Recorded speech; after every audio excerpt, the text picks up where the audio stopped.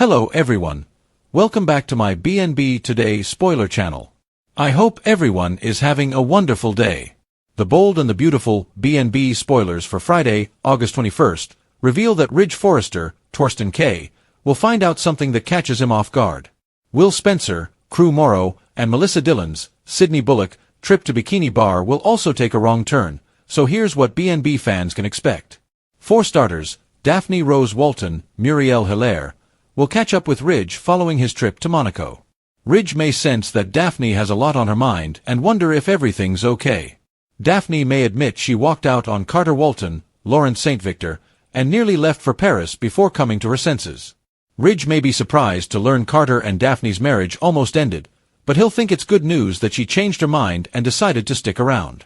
Of course, Daphne will probably gush about how wonderful Carter is for taking her back. Ridge may agree Carter is a dependable guy and the best husband Daphne could ask for, but neither of them will realize he secretly sizzled with Steffi Forrester Finnegan, Jacqueline McInnes Wood.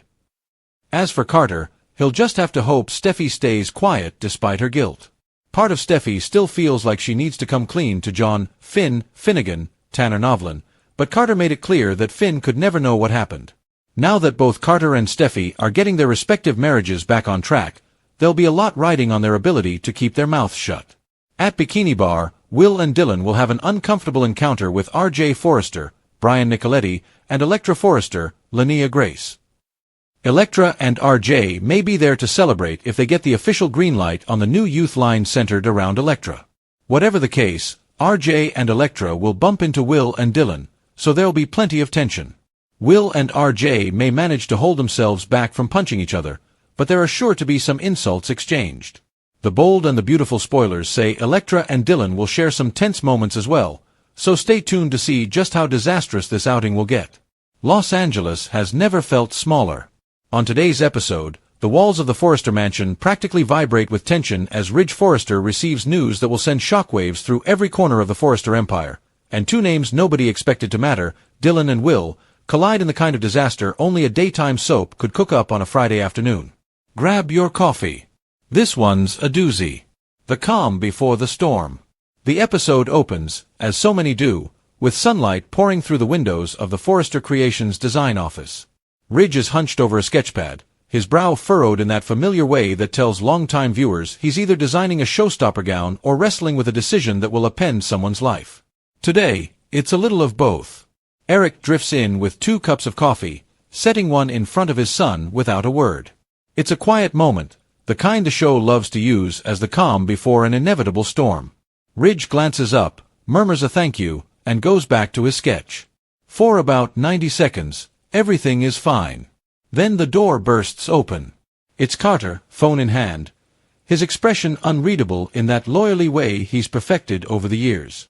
"Ridge," he says, "you need to see this." Ridge sets down his pencil. The music swells, that unmistakable bold and the beautiful sting that tells you nothing good is coming. And nothing good does. The shocking news. Without giving away every card at once, because what would Friday be without a cliffhanger? The news Ridge receives centers on a piece of information long buried, something involving a business decision made years ago that suddenly resurfaced with consequences nobody saw coming. Carter's phone shows a message, forwarded from a source neither of them expected, hinting that a deal once thought settled is anything but. Ridge's face goes through the full range of soap opera shock, confusion, disbelief, and finally something colder, recognition. He knows exactly what this means, and he doesn't like it. "Say that again," he tells Carter, voice low. Carter repeats it. Ridge sinks into his chair, running a hand through his hair.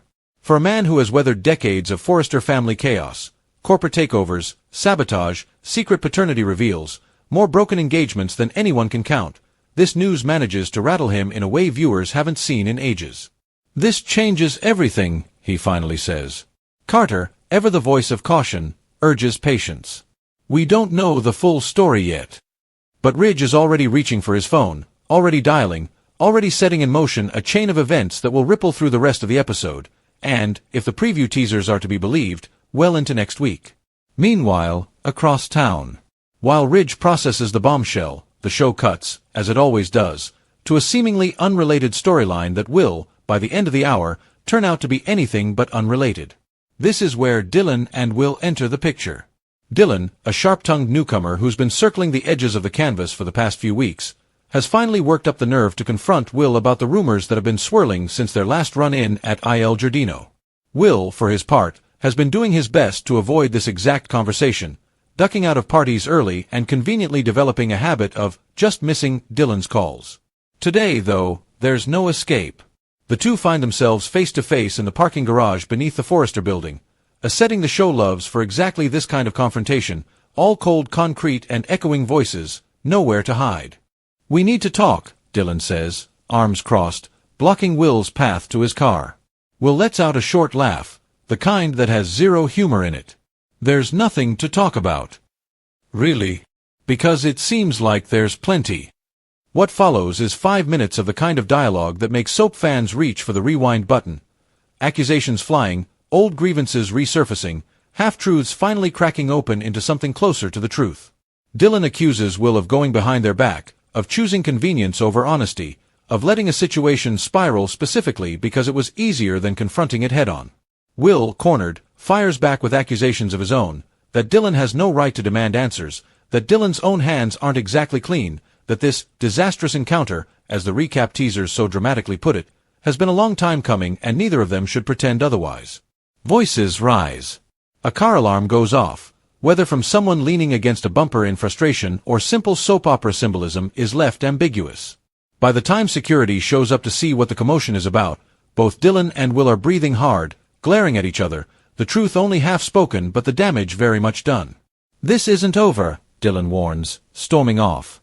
Will, left alone in the garage, slumps against his car and closes his eyes.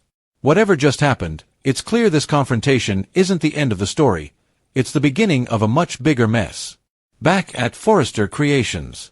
Upstairs, Ridge is still reeling. He's gathered Brooke into his office, because on this show, no crisis is processed without Brooke somewhere in the room, and he's pacing in that way he does when a decision is eating at him from the inside out. "I don't know how to tell them," he admits. Brooke, ever steady in the face of Ridge's spirals, reaches for his hand. "Tell them the truth. That's all you can do." "The truth," Ridge repeats, like it's a foreign concept in this family. "You know as well as I do that the truth in this house has a way of blowing everything up." It's a knowing line, one that long-time viewers will recognize as the show gently poking fun at its own decades of secrets, lies, and dramatic reveals. Brooke doesn't disagree. Instead, she pulls him into a hug, and for a moment, the frantic energy of the episode softens into something quieter. A reminder that underneath all the shocking news and dramatic confrontations, this is still a show about a family trying, and often failing, to hold itself together. But the softness doesn't last. Because this is Friday, and Friday is when the show loves to leave you hanging. The collision course. Word travels fast in this universe, faster than it probably should, but that's the magic of daytime television. By the episode's final act, whispers of Dylan and Will's parking garage blow-up have made their way upstairs, and Ridge, already reeling from his own shocking news, finds himself pulled into the fallout of a situation he didn't even know existed an hour ago. It's Katie who brings him up to speed, catching him in the hallway with a kind of urgent energy that always means trouble. "You need to know what happened downstairs," she says, and proceeds to lay out, in the clipped, efficient way she has, exactly what went down between Dylan and Will. Ridge listens, jaw tightening. "Today of all days," he mutters. It's a classic soap opera collision. Two seemingly separate storylines slamming into each other at the worst possible moment, each amplifying the other's chaos. Whatever news Ridge received earlier in the day suddenly feels connected, not directly, perhaps, but thematically, to the unraveling happening just floors below him. The show is masterful at this kind of structural echo, letting two crises rhyme with each other even when the characters involved don't fully realize it yet. Ridge decides, in that decisive way he's known for, that enough is enough. He heads downstairs himself, determined to get to the bottom of things before the day is over. Ridge steps in. The confrontation that follows is vintage Ridge Forrester, equal parts stern patriarch and weary mediator, a man who has spent so many years cleaning up messes that aren't his own that he's developed a particular kind of exhausted authority. He finds Will first, still shaken from the parking garage confrontation, staring blankly at his phone as if it might offer some kind of answer. "You want to tell me what happened?" Ridge asks, not unkindly. Will hesitates. There's a beat where it looks like he might actually open up, might finally let some of the truth spill out the way it should have hours ago. But old habits die hard on this show, and instead he deflects, mutters something about it being nothing, and tries to walk away. Ridge isn't having it. It's not nothing if it's got people talking on 3 different floors of this building. That lands. Will stops. What unfolds next is a quieter, more introspective scene, a contrast to the earlier parking garage fireworks. Ridge, drawing on his own day of unwelcome revelations, speaks with unusual candor about the cost of secrets, about how the things we try to bury have a way of surfacing at the worst possible moment. It's not hard to read the subtext. Ridge isn't just talking about Will and Dylan. He's talking about himself, about the news he received that morning, about every secret this family has ever tried to keep and failed to. Whatever's going on with you and Dylan, Ridge says, you're not going to fix it by running from it. Trust me. I've tried that approach. It doesn't work. It's a small, human moment tucked into an otherwise chaotic episode, the kind of scene that reminds viewers why they've stuck with this show through decades of impossible plot twists. Underneath all the shocking news and dramatic parking garage showdowns, there's still a show about people trying, imperfectly, to do right by each other. Dylan's side of the story. Of course, no soap opera confrontation is complete without hearing both sides, and the episode makes sure to give Dylan equal screen time to process the fallout. We find Dylan on the rooftop terrace, another classic Bold and the Beautiful location, all skyline views and dramatic lighting, pacing off the adrenaline of the parking garage fight. Dylan is many things, but calm in the aftermath of conflict has never been one of them.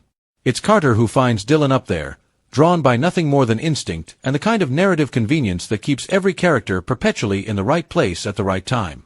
"You okay?" he asks. Dylan lets out a bitter laugh. "Do I look okay?" What follows is a monologue that will likely be clipped and shared across soap opera fan accounts by the end of the week. Dylan laying out, in raw and unfiltered terms, exactly why the confrontation with Will happened, what's been building beneath the surface for weeks, and why disastrous barely covers it. There's hurt in the words, but there's also something else, a flicker of hope, buried deep, that maybe this blow-up was necessary.